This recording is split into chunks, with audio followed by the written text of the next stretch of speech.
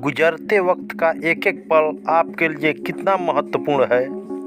वक्त आपका है, चाहो तो सोना बना लो, चाहो तो सोने में गुजार दो। तकलीफ तब होती है साहब जब लोगों के जीते जी रिश्ते मर जाते हैं। दुनिया की सबसे खतरनाक नदी है भावना, जिसमें सब बह जाते हैं। जिंदगी में कोई शॉर्टकट नहीं होता, सफलता तब मिलती है जब हम थोड़ा थोड़ा रोज आगे बढ़ जाते हैं। जरूरी नहीं है कि काम से ही इंसान थक जाए, ख्यालों का बोझ भी इंसान को थका देता है।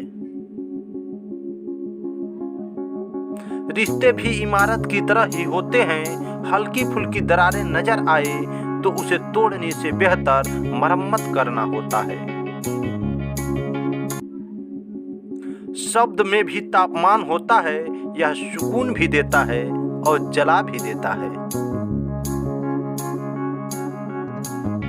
किसी भी व्यक्ति को ज्यादा सुधारने की कोशिश करोगे तो वह व्यक्ति आपका ही दुश्मन बन जाएगा।